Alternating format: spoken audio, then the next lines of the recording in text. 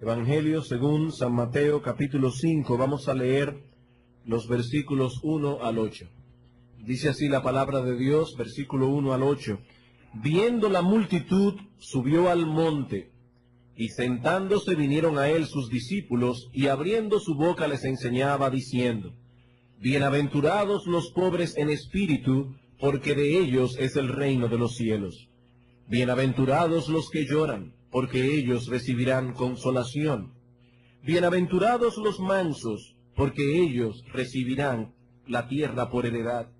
Bienaventurados los que tienen hambre y sed de justicia, porque ellos serán saciados. Bienaventurados los misericordiosos, porque ellos alcanzarán misericordia.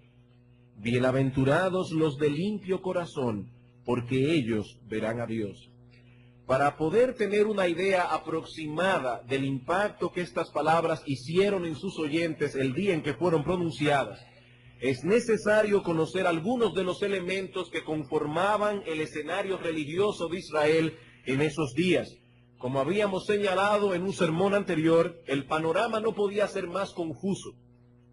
Jesús ministró en medio de una sociedad bastante compleja en lo que a religiosidad se refiere. En Palestina predominaban 4 grupos religiosos totalmente antagónicos entre sí. Por un lado estaban los fariseos, que consideraban la piedad en términos meramente ritualistas. La piedad para los fariseos significaba apegarse con entera rigidez a las tradiciones antiguas y observar hasta en el más mínimo detalle las imposiciones rabínicas en su interpretación de la ley mosaica. En el extremo opuesto estaban los saduceos. Estos no tenían el menor interés en estas cosas, rechazaban las tradiciones, así como también muchas de las enseñanzas fundamentales de las Sagradas Escrituras contenidas en el Antiguo Testamento. Ellos vivían para el presente sin importarle en absoluto lo futuro.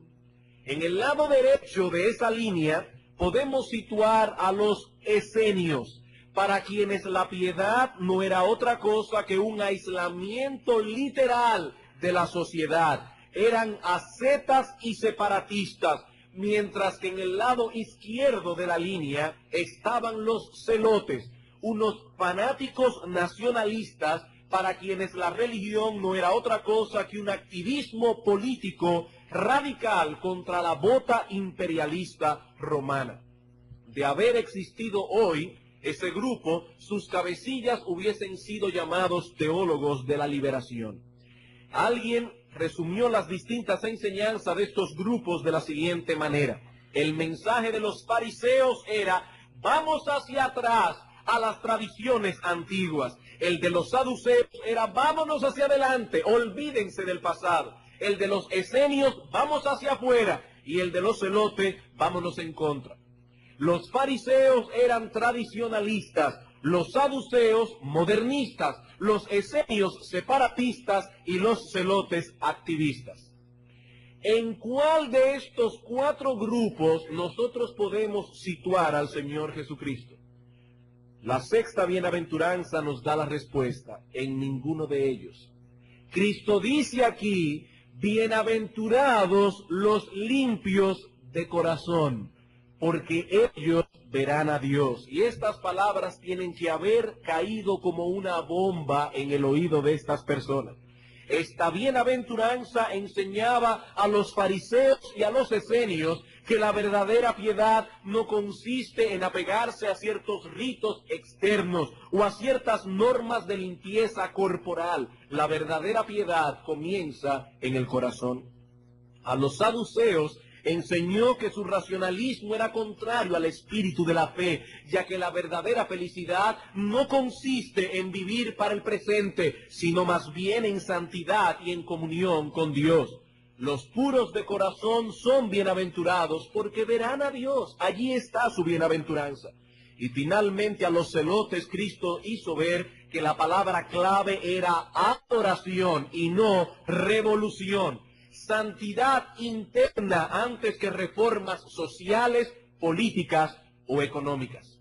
A todos estos grupos Cristo los guió de un modo u otro al mismo punto. La vida recta delante de Dios se proyecta de adentro hacia afuera. Comienza en el corazón, no en las manos, no en los pies, ni en la cabeza, en el corazón.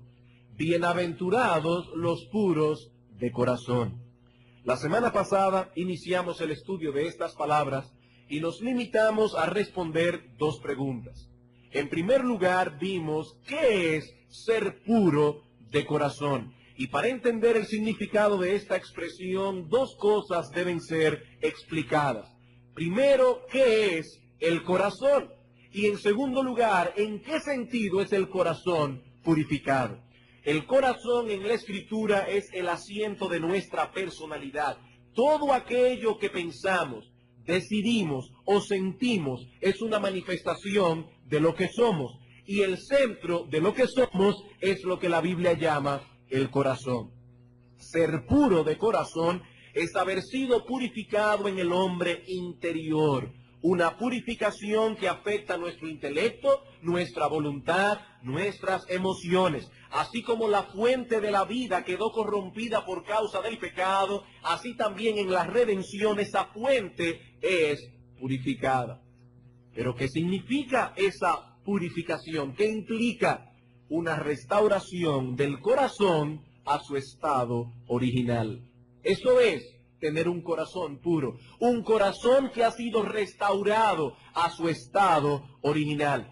Como veíamos la semana pasada, cuando decimos que algo es puro, nos estamos refiriendo a algo que no posee ninguna sustancia que sea extraña o ajena a su naturaleza intrínseca. Por ejemplo, el oro es puro cuando no está mezclado con otros metales. Ese oro posee únicamente lo que se supone que el oro debe poseer. De igual modo, el corazón es puro cuando no está mezclado con nada que sea ajeno a él, ajeno a lo que se supone que el corazón debía poseer de acuerdo con el diseño original de Dios. El hombre no es hoy lo que fue originalmente. En Eclesiastés capítulo 7, versículo 29, Salomón escribió: He aquí solamente esto he hallado, que Dios hizo al hombre recto, pero ellos buscaron muchas perversiones. Dios hizo al hombre recto, pero el hombre se desvió y se apartó de esa rectitud. El hombre no es ahora lo que fue en un principio. ¿Y cómo era el hombre en un principio? Bueno, antes de la caída en el pecado, Adán y Eva se deleitaban amando a Dios por encima de todas las cosas. De sus corazones solo fluía un intenso deseo de obedecerle, de agradarle. La fuente de donde emanaban sus acciones, pensamientos, decisiones, sentimientos, no tenía impurezas. Solo poseía amor, obediencia y adoración a Dios sin mezcla de ningún tipo. Pero tan pronto el pecado entró en el mundo, todo cambió. El amor que estos primeros hombres tenían hacia Dios fue sustituido por un profundo e intenso amor por ellos mismos. Egoísmo, egocentrismo. Ahora amaban el pecado, rechazaban la voluntad divina. Al corromperse la fuente, todo quedó trastornado.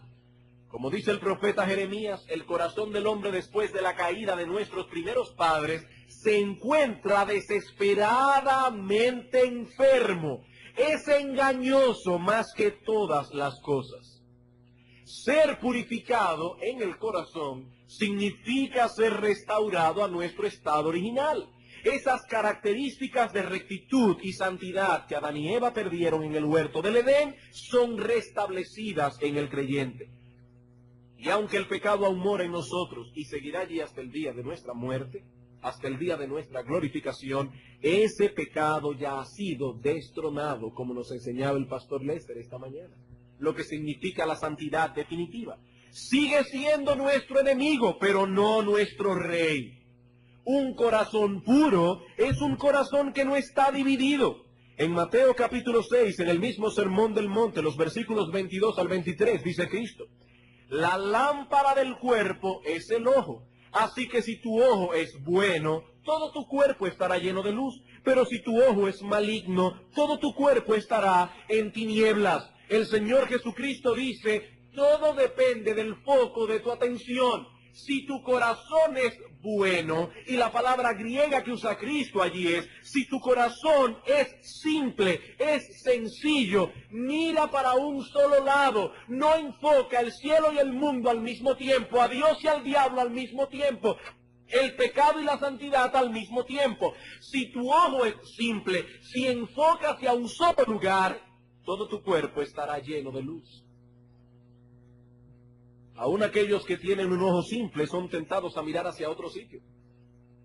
Pero ese ojo ha tomado la determinación de buscar la gloria de Dios por encima de todas las cosas. Y cuando se da cuenta de que se ha extraviado de ese propósito, vuelve a Dios en arrepentimiento y continúa luchando por mantener el foco de su atención en las cosas de arriba.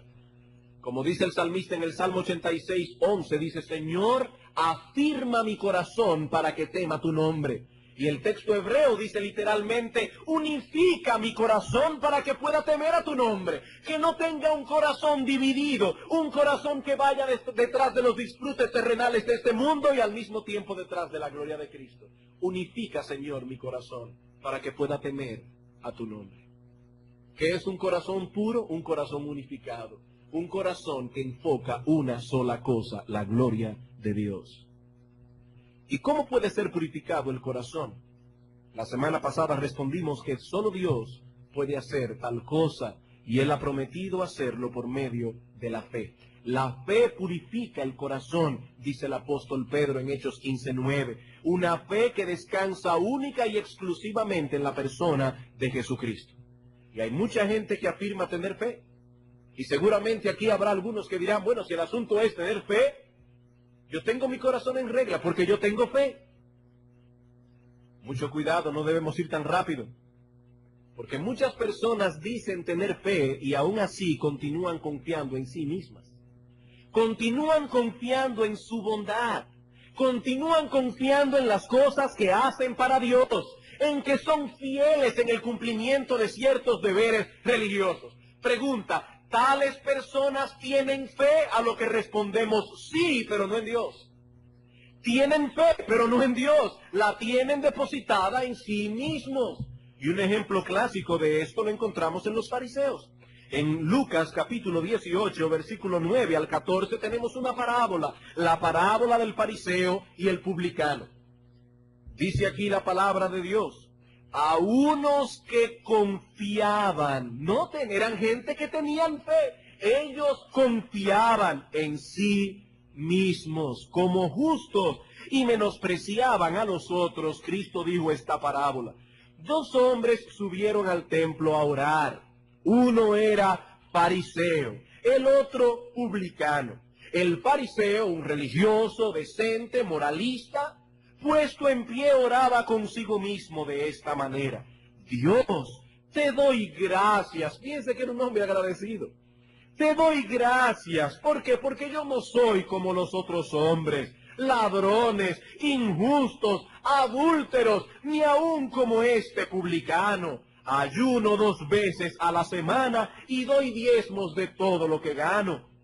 Mas el publicano, estando lejos, no quería ni aún alzar los ojos al cielo, sino que se golpeaba el pecho diciendo, Dios, sé propicio a mí, pecador. Ahora noten el veredicto de Cristo. Os digo que este publicano, ladrón como es, descendió a su casa justificado antes que el otro, porque cualquiera que se enaltece será humillado, y el que se humilla será enaltecido. Está de más decir que obviamente ese publicano no siguió siendo un ladrón. Pero lo que el Señor está enseñándonos aquí es que la verdadera fe humilla. El fariseo tenía fe, una fe depositada en sí mismo y lo hacía más orgulloso cada día. La fe del publicano lo llevó hasta el polvo. La verdadera fe hace entender al hombre qué tan profunda es su miseria personal. Así que mientras el hombre tenga, aunque solo sea un mínimo de confianza en sí mismo, ya no podrá ejercer fe en Dios. En la mañana de hoy queremos considerar una tercera pregunta en nuestro estudio de la 6ª bienaventuranza. Ya hemos visto qué es ser puro de corazón. Ya hemos visto cómo se purifica el corazón. Ahora queremos ver en tercer lugar cómo se evidencia la pureza de corazón.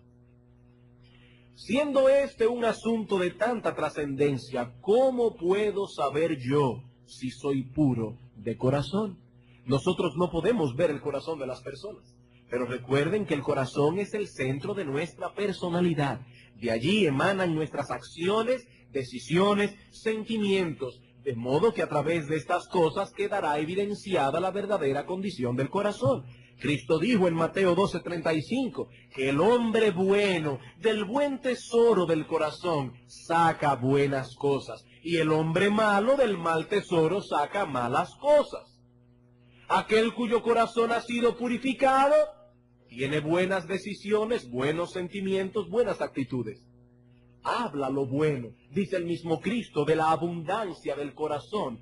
Habla la boca. Si usted toma un vaso y comienza a echarle agua, no va a salir jugo de China. Va a salir agua cuando rebose. De la abundancia del corazón habla la boca. No podemos ver el corazón, pero podemos escuchar sus palabras. No podemos ver el corazón, pero podemos ver cuáles son los anhelos de esa persona, las decisiones que toma, las cosas que hace. ¿Cuáles son los frutos que emanan de ese corazón? ¿Y cuáles son esas evidencias que emanan de un corazón que ha sido purificado por gracia por medio de la fe? 3 evidencias. En primer lugar, si un corazón ha sido purificado, debe haber en él una genuina inclinación a la santidad de pensamiento, de motivaciones, de actitudes y de conducta.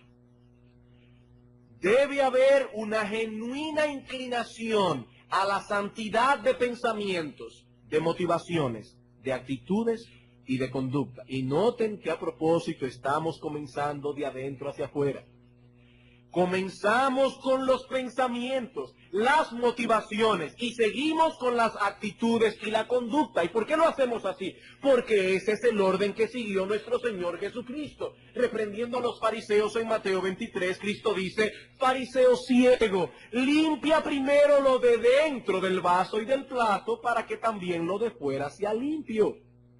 Debemos comenzar con lo interno y de allí alcanzará lo externo. Cuando el corazón es purificado, se manifiesta a través de una genuina inclinación hacia esa santidad que va de adentro hacia afuera. Aquel que es puro de corazón anhela ser santo. Si Dios viniera a usted en esta mañana como vino en sueños a Salomón hace miles de años atrás y te dijera: pídeme lo que quieras, que yo te lo daré, ¿qué pedirías tú? Porque el puro de corazón pediría santidad. Él anhela ser santo, anhela conformarse cada vez más a la voluntad de Dios, parecerse más y más a Jesucristo. El creyente verdadero no se conforma porque ha podido vencer ciertos pecados externos o porque no se ve enredado en situaciones escandalosas. Este hombre sabe, como David, que Dios ama la verdad en lo íntimo. Y porque sabe eso, pide como David en el Salmo 51, crea en mí, oh Dios, un corazón limpio, renueva un espíritu recto dentro de mí. Es en mi interior que yo deseo agradarte, oh Dios, en ese lugar donde nadie puede verme, excepto tú, porque Dios tiene ojos como llamas de fuego. Y yo te pregunto, ¿es ese, amigo, el anhelo primario de tu alma? ¿Es ese? Se puede decir de ti que anhelas la santidad y la pureza más de lo que amas las riquezas materiales, más de lo que amas la salud de tu cuerpo, más de lo que amas la aceptación de la gente. Porque si la fuente de donde emanan tus anhelos ha sido purificada, debe percibirse en ti un cambio drástico en ese aspecto de tu vida. No estoy diciendo que el creyente esté exento de deseos impuros y que incluso no corra el peligro de ser atrapado momentáneamente por tales deseos. No, no estamos diciendo eso. El pecado aún mora en nosotros y por lo tanto tenemos una lucha constante, diaria, en nuestro interior. Pero el creyente tiene ahora deseos que antes no tenía. Y más aún lucha porque esos nuevos deseos prevalezcan. El deseo de conocer más a Dios, de tener una vida de oración más profunda, de conocer más a fondo su palabra, de tener comunión con los hermanos, de poner nuestros dones en operación para el beneficio del reino de Dios, de mortificar el pecado, sobre todo esos pecados que nadie ve, etc. Por eso el Señor había dicho que una de las características que evidencian a los ciudadanos de su reino es que tienen hambre y sed de justicia. En el versículo 6, Cristo dice, bienaventurados los que tienen hambre y sed de justicia. No bienaventurados los que tienen hambre y sed de bienaventuranza. No bienaventurados los que van detrás de la felicidad. No bienaventurados los que van detrás de un buen empleo. No los que van detrás de la salud, de la fama, las riquezas, la aceptación de la gente. Bienaventurados los que tienen hambre y sed de justicia. Ellos anhelan tener una vida más justa delante de Dios. Ellos anhelan ser más santos.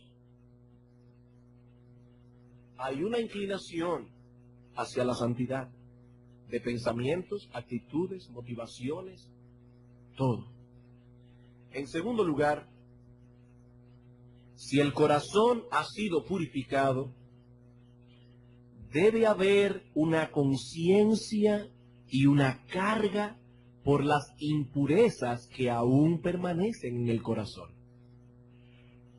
Debe haber una conciencia y un peso, una carga, un dolor, una aflicción por las impurezas que aún permanecen en el corazón. Esa pureza que experimentamos al apropiarnos de la redención por medio de la fe no es una pureza absoluta de este lado del cielo, no lo es. Será perfecta y absoluta cuando nuestros cuerpos sean glorificados, cuando se cumplan las palabras del apóstol en 1 de Juan 3:2, que dijo que cuando Él se manifieste, nuestro bendito Señor Jesucristo, seremos semejantes a Él, porque le veremos tal y como Él es. Así que la purificación comienza aquí, pero será completada cuando nuestro Señor Jesucristo vuelva y el pecado que aún reside en nosotros sea total y definitivamente erradicado. Por eso, y aunque pueda sonar paradójico, una de las evidencias de que alguien es puro de corazón es el hecho de que puede percibir ahora más que nunca cuánta impureza hay en su corazón. Lo percibe ahora más que nunca. Un corazón que no está consciente de su propia impureza está evidenciando que las tinieblas no han sido despejadas todavía. Como decía el teólogo puritano Thomas Watson, no ser sensible a la enfermedad es peor que la enfermedad. Eso es peor. El corazón impuro no conoce su propia condición y por lo tanto no anhela ser librado de ella. La parábola del hijo pródigo ilustra esta verdad. Este hijo se veía a sí mismo como capaz de administrar sus bienes por sí solo, al punto que se atrevió a pedirle a su padre que le diera la herencia antes de morir. Él no quería que nadie le dijese cómo debía gastar su dinero. En su propia opinión, era ya lo suficientemente sabio y lo suficientemente grande como para tomar decisiones por sí solo. La historia posterior demostraría que estaba equivocado. Pero era tal su insensatez que este joven, este muchacho, no podía ver sus limitaciones. Y esa es una de las características típicas del hombre que está en tinieblas. En el libro de Proverbios se describe a este hombre como un necio. Como un necio. Cada vez que usted ve en el libro de Proverbios necio, está viendo a un impío, una persona cuyo corazón no ha sido purificado. Y se nos dice que ese necio es independiente, no oye consejos, ni acepta reprensiones. Por ejemplo, en Proverbios capítulo 10, versículo 21, se nos dice lo siguiente. Proverbios capítulo 10, versículo 21. Proverbios 10, 21. Los labios del justo apacientan a muchos, pero los necios mueren por falta de entendimiento. Ellos no son apacentados por los sabios, por los labios del justo. Ellos no se dejan apacentar. Mientras los sabios se benefician de los consejos de los otros sabios, el necio no acepta consejo, no acepta reprensión, es independiente. ¿Y qué le pasa? Dice el texto, muere por falta de entendimiento, muere en su necedad. Proverbios capítulo 12, versículo 15. El camino del necio es derecho en su opinión, mas el que obedece al consejo es sabio. ¿Cuál es el contraste aquí? El individuo que oye consejos, ese es un sabio. El que se lleva de su propia opinión es un necio. Por eso dice más adelante en Proverbios capítulo 28, versículo 26, que el que se lleva de su propio corazón es un necio. ¿Por qué el necio no oye consejo? Porque él confía en su propio corazón. ¿Y por qué confía en su propio corazón? Porque es tan necio que no conoce sus propias limitaciones, no conoce sus debilidades, no conoce sus pecados. Él está en tinieblas y las tinieblas no les permiten ver esas cosas. Ahora bien, volvamos a la parábola del hijo pródigo. ¿Qué sucedió finalmente con el muchacho?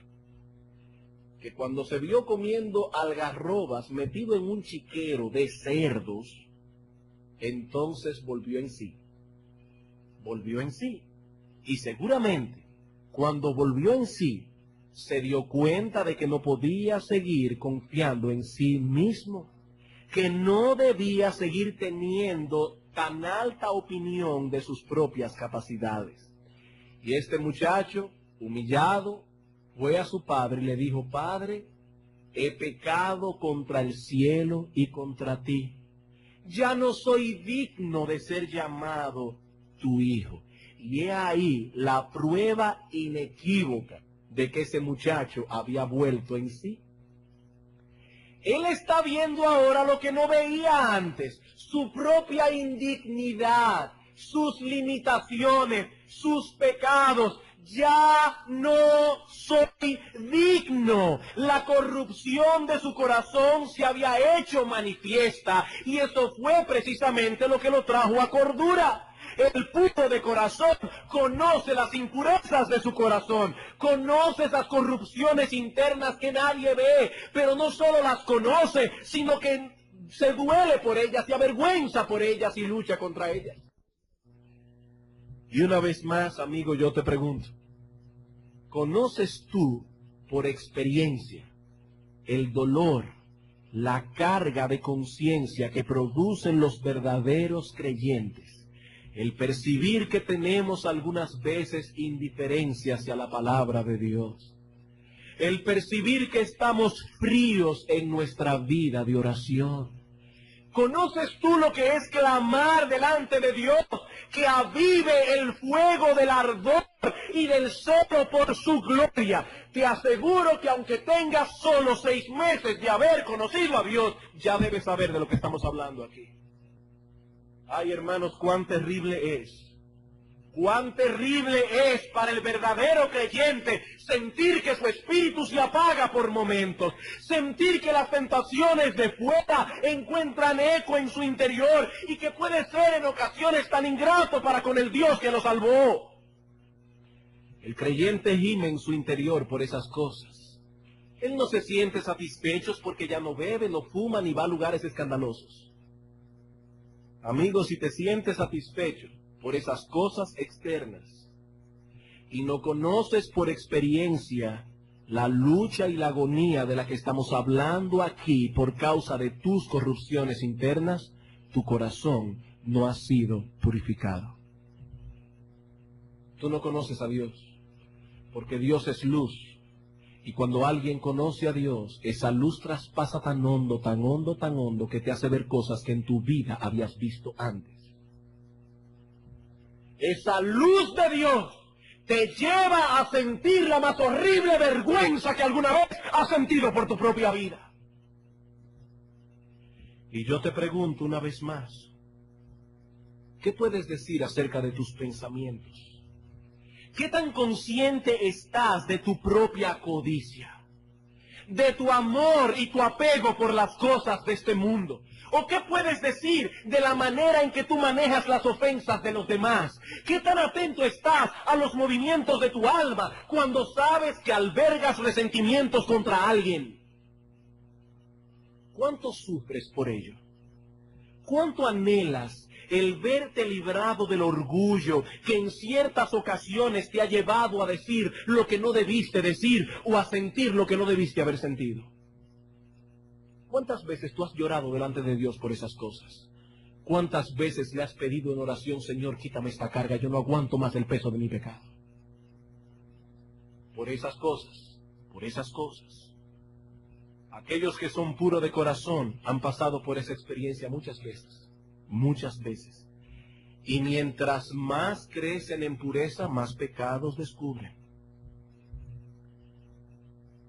He tenido la experiencia como pastor, y me imagino que los demás pastores aquí también, de tener que tratar con hermanos que vienen muchas veces abatidos, porque han visto en ellos maldades de las que antes no se percataban.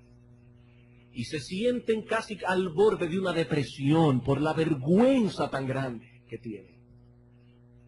Y cuando vienen nosotros más bien los alentamos.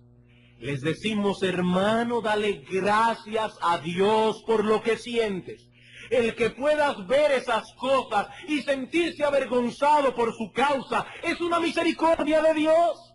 Eso significa que Él no te ha abandonado a tu suerte, que Él continúa dándote luz para que veas lo que antes no veías.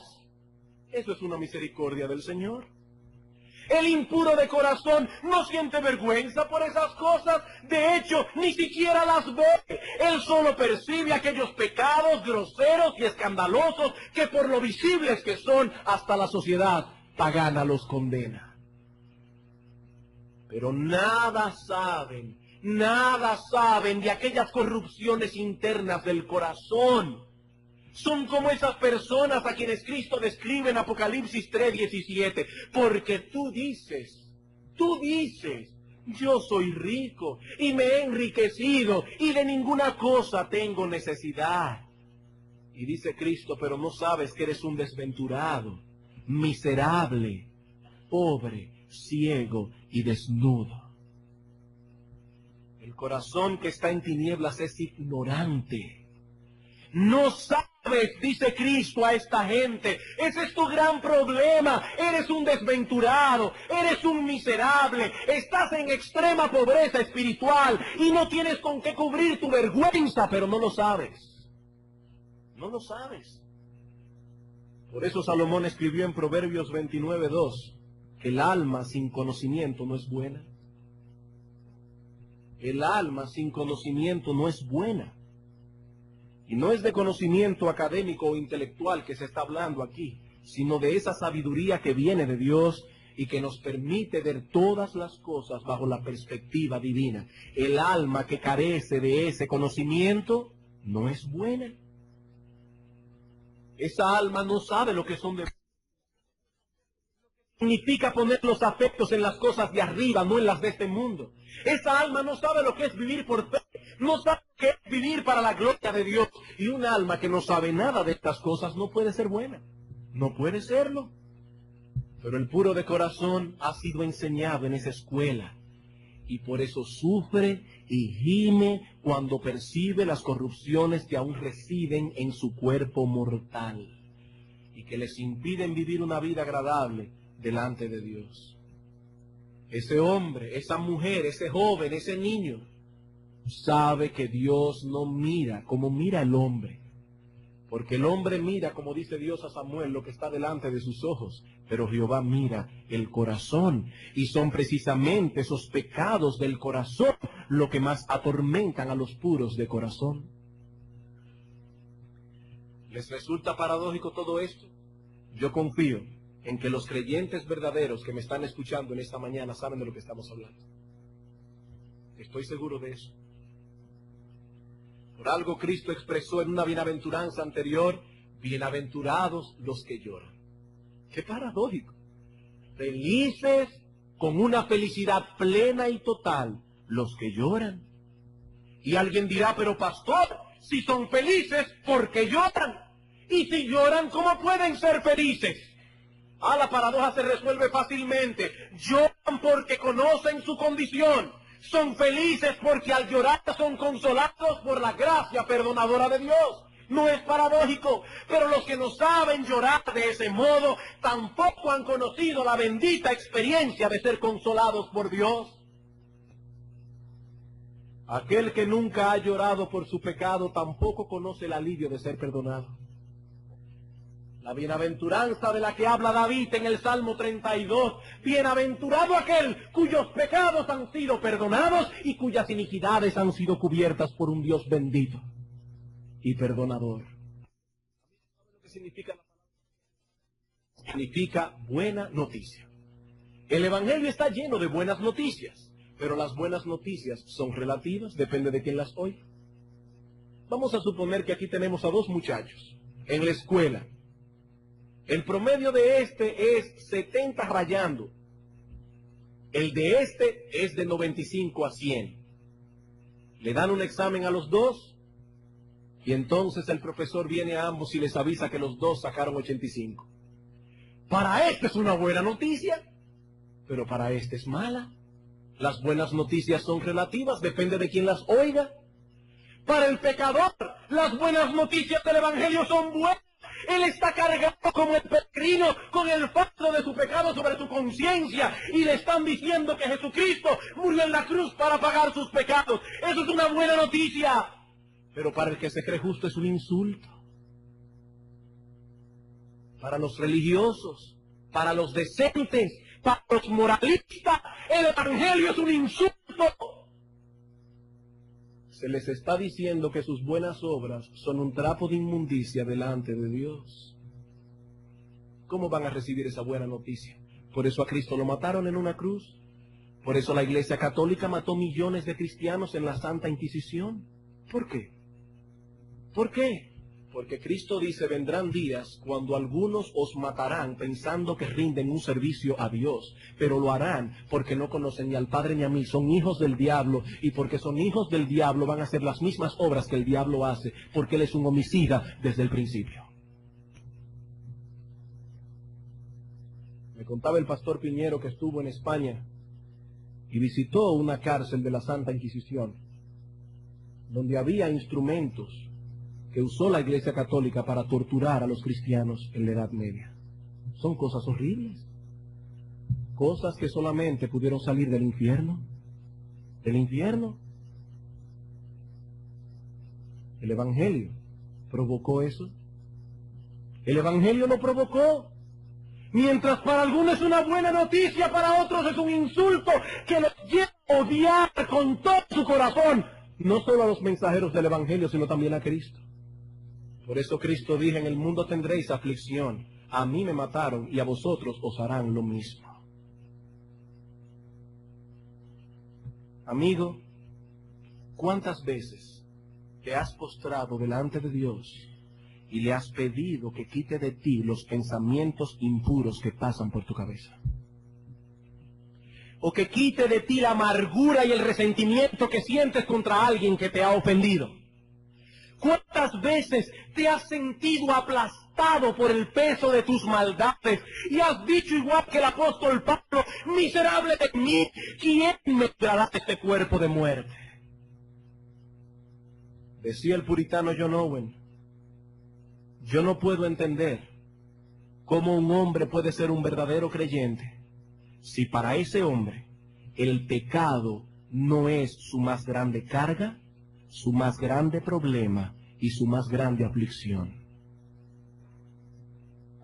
Dice él, yo no entiendo cómo una persona puede decir que es cristiana si el pecado no es su más grande problema. Y yo te pregunto una vez más, ¿se puede decir eso de ti?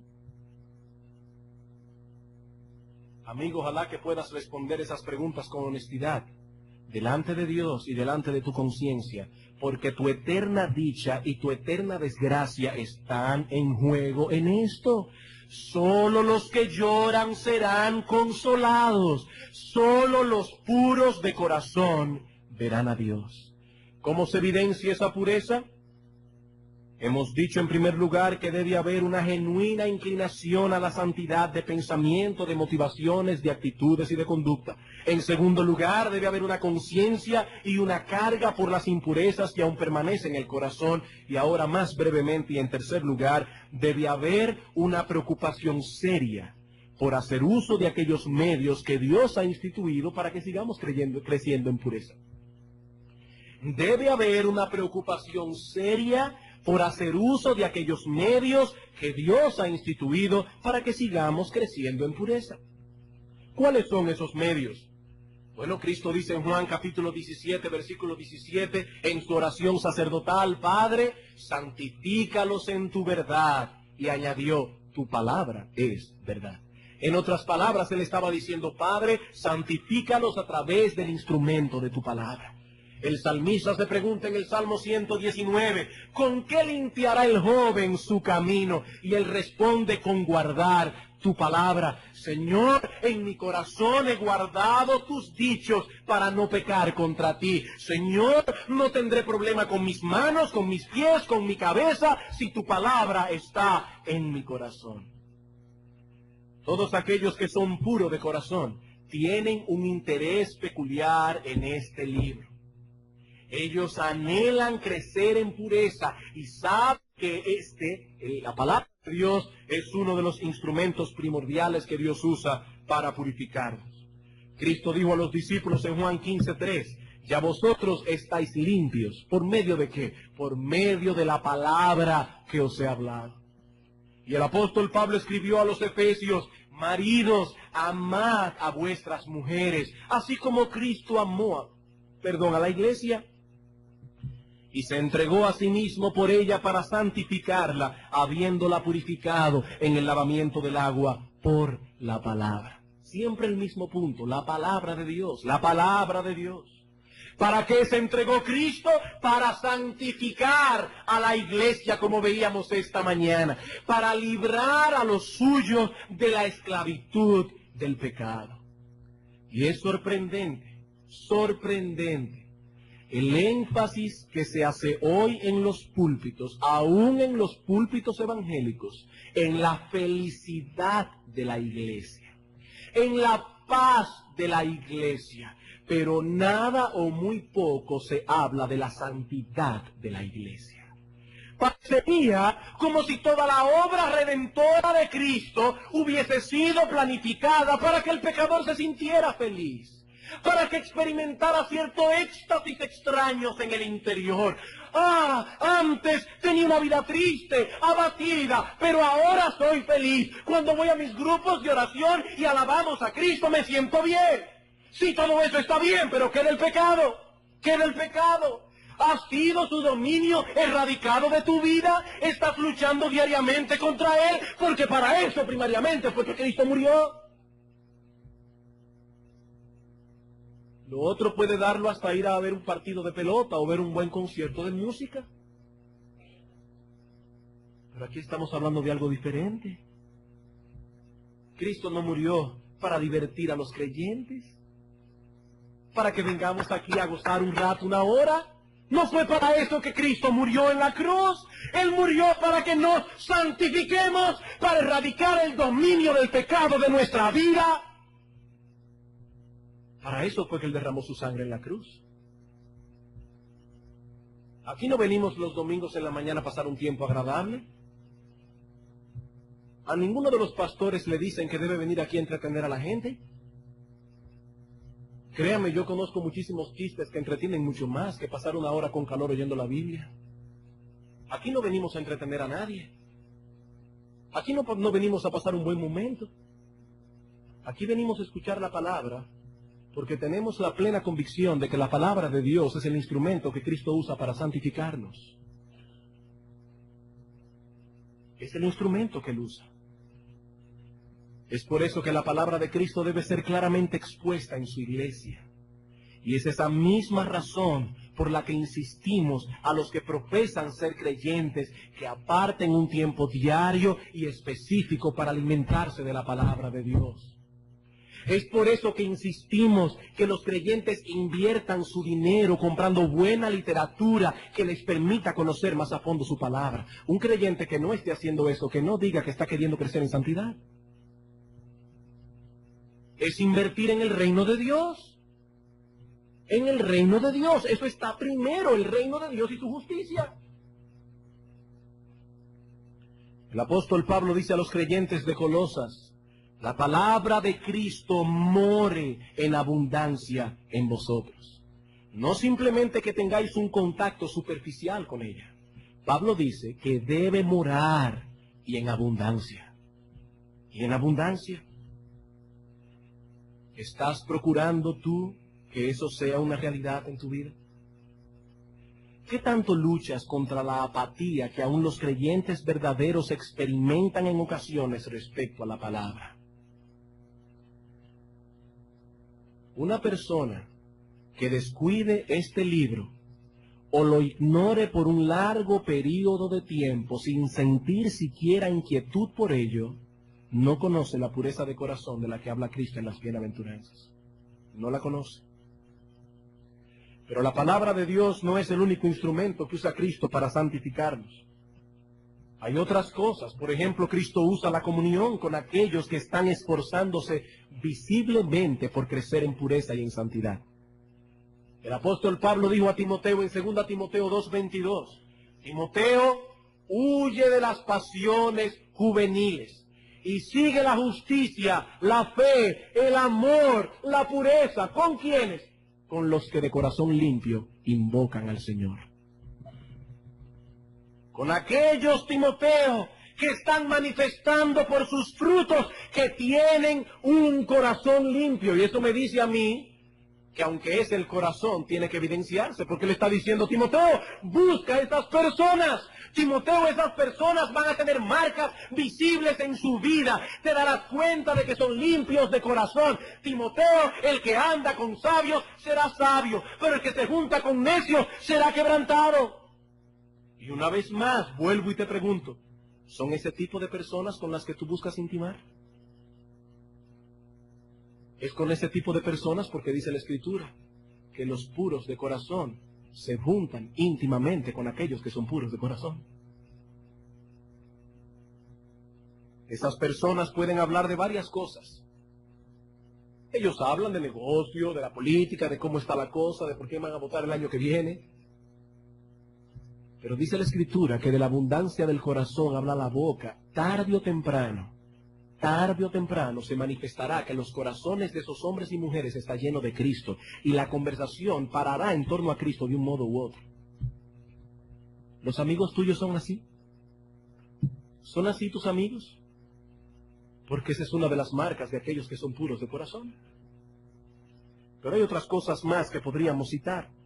La oración constante, sumisión a la vara disciplinadora de Dios, la membresía en una iglesia local donde la palabra de Cristo es expuesta y puesta muy en alto. Pero no tenemos tiempo ahora para ampliar estas cosas. Podríamos mencionar algunas otras evidencias que las que mencionamos esta mañana, pero estas son suficientes para hacer una evaluación juiciosa y honesta del verdadero estado de nuestro corazón.